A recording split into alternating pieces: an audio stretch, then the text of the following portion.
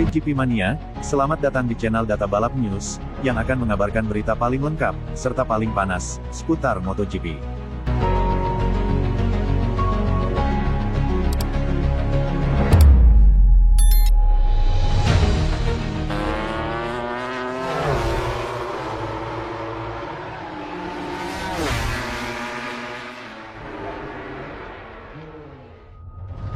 Pembalap MotoGP Spanyol, Marc Marquez, mengatakan bahwa ia kehilangan banyak hal saat bergabung dengan Ducati bersama Gresini Racing tahun lalu.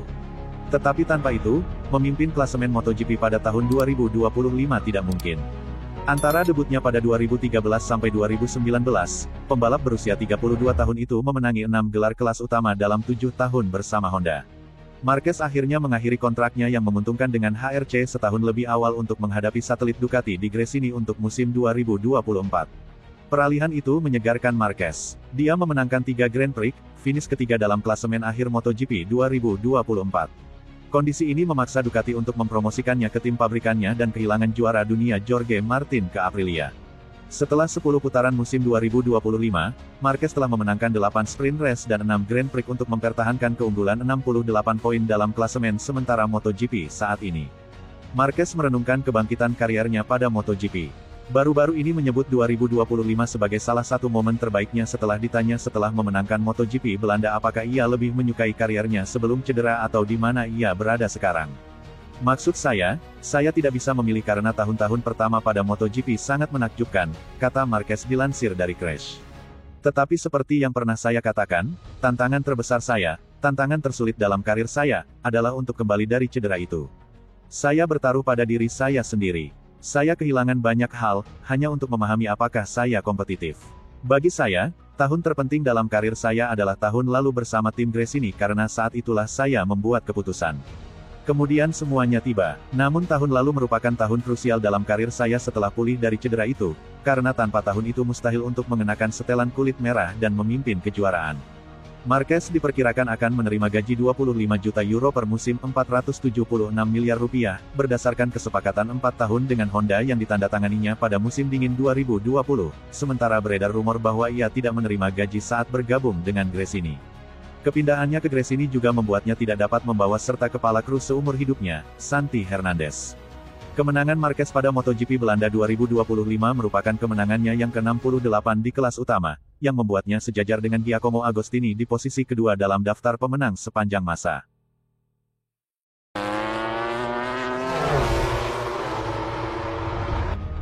Gigi Dalikna absen di MotoGP Jerman 2025, penerusnya ditunjuk jadi pengganti. General Manager Ducati Corse Gigi Dalikna dipastikan tidak akan hadir pada gelaran MotoGP Jerman 2025, pada 11-13 Juli mendatang. Tidak ada detail soal alasan Gigi Dalikna tidak hadir di MotoGP Jerman 2025, hanya disebutkan karena alasan pribadi. Ketidakhadirannya ini sangat mengejutkan, lantaran pria asal Italia ini bisa dikatakan hampir selalu mendampingi para pembalap Ducati di semua Grand Prix. Uniknya lagi Dalikna akan digantikan sementara oleh Ricardo Safin yang saat ini memimpin proyek MotoGP di Ducati. Safin adalah orang kepercayaan Gigi, bahkan disebut-sebut sebagai penerus insinyur jenius tersebut di kubu merah dalam beberapa tahun mendatang. Dia adalah insinyur lulusan Universitas Padua, yang kebetulan memulai karir insinyur balap profesionalnya di Aprilia sama seperti Dalikna. Setelah pada tahun 2011 menjabat sebagai kepala dinamika kendaraan di Aprilia Racing, Safin pindah ke Ducati pada 2013 bareng dengan Dalikna. Sejak saat itu keduanya telah bekerja sama dengan sangat intens hingga berhasil membangun kesuksesan di pabrikan Borgo Panigale. Safin menjabat sebagai kepala desain dan dinamika kendaraan hingga tahun 2024, hingga sekarang menjadi direktur proyek MotoGP Ducati. Peran Safin di Sachsenring akan lebih dari sekadar simbolis, dia benar-benar akan bertanggung jawab dalam urusan teknis Ducati secara keseluruhan. Jika ada masalah teknis dan operasional apapun di Sachsenring, maka dia adalah pihak teratas yang harus mengatasi masalah tersebut. Kesempatan ini akan menjadi latihan penting buat Safin, yang akan memimpin keseluruhan divisi balap Ducati di masa depan.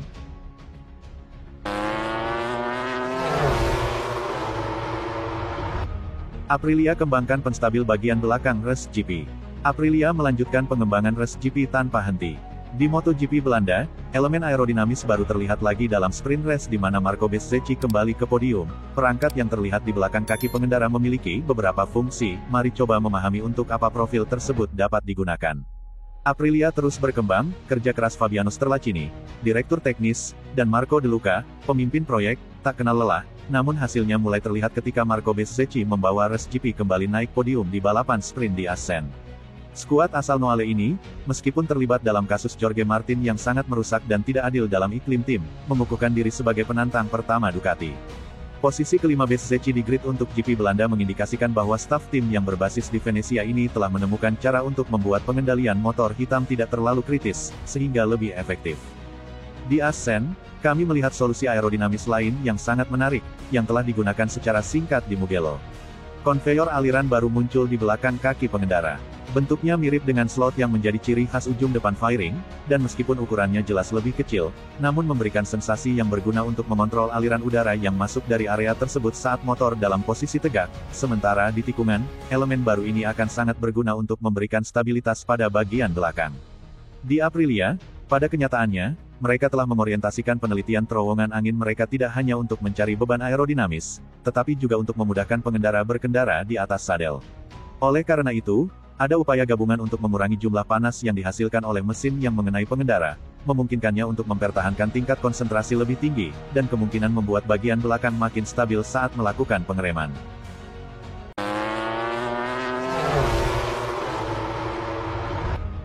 Loris Capirossi tahu yang dibutuhkan Francisco Bagnaia agar bangkit di MotoGP 2025. Menurut Capirossi, Bagnaia hanya perlu waktu untuk beradaptasi dengan motor Desmosedici GP25. Francisco Bagnaia baru memenangkan 1 dari 10 seri balapan MotoGP 2025. Pembalap asli Italia itu kini duduk di posisi ketiga klasemen sementara dengan koleksi 181 poin. Bagnaia tertinggal 58 angka dari Alex Marquez Gresini Ducati, yang menempati peringkat kedua, dan 126 angka dari rekan setimnya Marc Marquez Ducati Lenovo, yang duduk di puncak klasemen. Situasi ini membuat Bagnaia diragukan untuk bisa bersaing dalam perebutan gelar. Meski begitu, Capirossi menganggap Bagnaia masih mempunyai harapan. Mantan pembalap Ducati itu memahami situasi yang dialami oleh Bagnaia.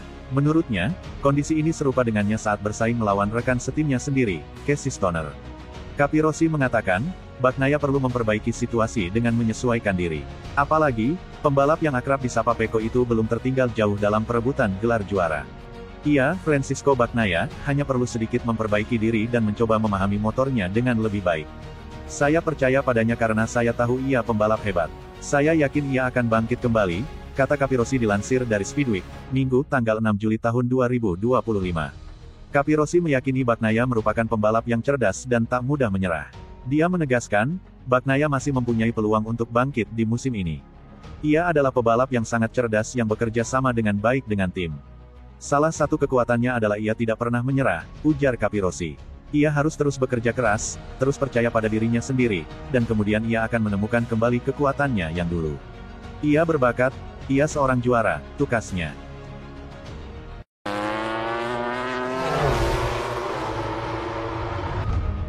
Pedro Acosta tahu cara kalahkan Marc Marquez di MotoGP 2025. Hanya saja, ia mengaku tak bisa, karena satu-satunya cara mengalahkan Marquez adalah mengendarai motor Ducati. Sebab bagi Acosta, mustahil dengan motor KTM saat ini mengimbangi kecepatan Marquez.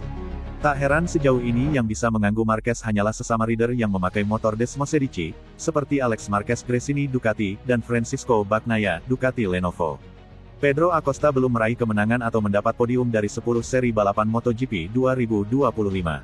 Pencapaian terbaik pembalap berusia 21 tahun itu adalah menempati urutan keempat di Prancis dan Aragon, Spanyol. Situasi ini membuat Acosta kesulitan masuk ke zona 5 besar klasemen. Saat ini, pembalap berpaspor Spanyol itu tertahan di posisi ke-8 dengan koleksi 98 poin. Acosta mengakui tidak kepikiran untuk pindah dari Red Bull KTM. Namun demikian, dia menegaskan butuh motor yang lebih baik untuk mengejar ketertinggalan pada musim ini.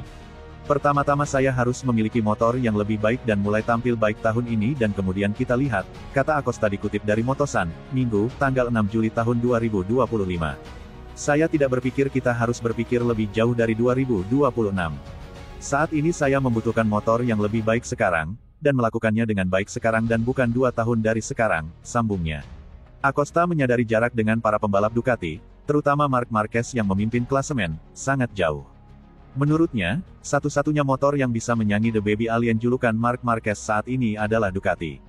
Pada akhirnya, sayangnya, satu-satunya motor yang tersedia saat ini untuk mencoba melawan Marc Marquez bukan lagi mencoba untuk memenangkan kejuaraan dunia, adalah mengendarai motor yang sama dengannya atau Ducati, tutur Acosta.